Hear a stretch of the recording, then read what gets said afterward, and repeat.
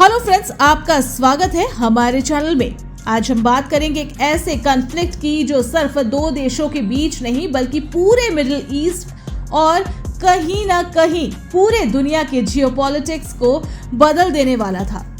Israel और अरब देशों के बीच ये संघर्ष न सिर्फ धर्म, जमीन और पॉलिटिक्स से जुड़ा था बल्कि इसके पीछे सुपर पावर का भी हाथ था, अमेरिका और सोवियत यूनियन का। आज हम जानेंगे कि कैसे 1967 का 6 डेज वॉर और 1973 का यौम किपुर वॉर ने न सिर्फ इजराइल अरब रिश्ते बिगाड़े बल्कि दुनिया को एक और बड़े वॉर के किनारे तक ले आया। तो चलिए वीडियो को एंड तक जरूर देखिए।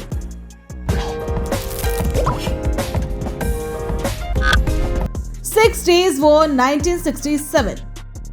जून 1967 सिचुएशन काफी टेंस थी। इजिप्ट के प्रेसिडेंट जमाल अब्देल नासेर ने इजराइल के खिलाफ ओपनली मिलिट्री मूव्स शुरू कर दिए थे। इजिप्ट ने उन पीस कीपर्स को सिनाई पेनिनसुला से हटा दिया और स्ट्रेट्स ऑफ तिरान को ब्लॉक कर दिया, जो इजराइल का इंपॉर्टेंट सी रूट था। साथ ही सीरिया और जॉर्डन ने भी इजराइल के खिलाफ मिलकर प्लानिंग शुरू कर दी थी। इजराइल ने इस थ्रेट को लाइटली नहीं लिया। 5 जून 1967 को इजराइल ने प्रिम्प्टिव स्ट्राइक लॉन्च की।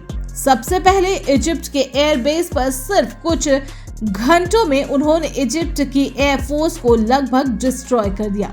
फिर सीरिया और जॉर्डन के अगेंस्ट भी ग्राउंड ऑपरेशन स्टार्ट हुए।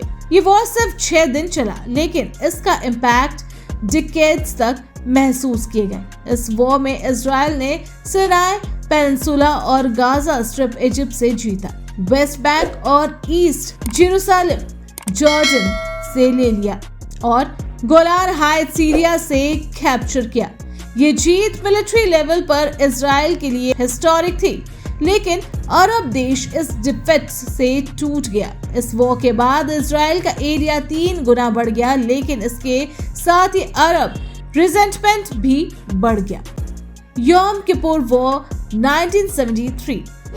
1967 से ह्यूमिलेटिंग डिफीट के बाद अरब कंट्रीज खासकर इजिप्ट और सीरिया ने मिलिट्री रिवेंज का प्लान बनाना शुरू किया। 6 अक्टूबर 1973 को जब इजराइल अपना सबसे पवित्र त्योहार यौम किपुर मना रहा था, इजिप्ट ने स्वेज कनाल क्रॉस करके सिनाई में सडन अटैक किया और सीरिया ने गोलान हाइट में अटैक लॉन्च किया। इजराइल को इनिशियली काफी लॉसेस भी हुए। इजिप्ट ने इजराइल डिफेंस को ब्रेक करके सिनाई में अंदर तक घुस गया। सीरिया ने भी गोलान हाइट्स में सिग्निफिकेंट प्रोसेस की। ये वॉर प्लान और सरप्राइज थी, जिसमें अरब कंट्रीज ने इजराइल को इमोशनल और मिलिट्री दोनों लेवल पर झटका दिया। लेकिन कुछ ही दिनों बाद इजराइल ने यूएसए के फुल सपोर्ट के साथ काउंटर अटैक लॉन्च किया। इजरायली फोर्स ने न सिर्फ लॉस्ट टेरिटरीज वापस ली बल्कि सिनाई के अंदर तक एडवांस किया। यौम किपुर वॉर अक्टूबर के एंड तक खत्म हो गया, लेकिन इसने एक मैसेज क्लियर कर दिया।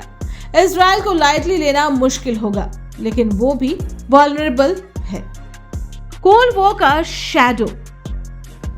ये दोनों वॉर के पीछे सिर्फ अरब और इजराइल नहीं थे, बल्कि कोल्ड वॉर का असर भी था। यूएसएसआर ने अरब नेशन खासकर इजिप्ट और सीरिया को मिलिट्री सपोर्ट और वेपन दिए। वहीं यूएसए ने इजराइल को एडवांस आर्म्स, इंटेलिजेंस और इमरजेंसी एयरलिफ्ट्स के जरिए सपोर्ट किया। यौम किपुर वॉर के टाइम टेंशन इतने बढ़ गए थे कि न्यूक्लियर अलर्ट स्टेटस तक जा पहुंचा था। दोनों सुपर पावर ने मिलिट्री डिप्लॉयमेंट शुरू कर दिए थे, लेकिन डिप्लोमेटिक एफर्ट्स के जरिए एक बड़े वॉर टल गई।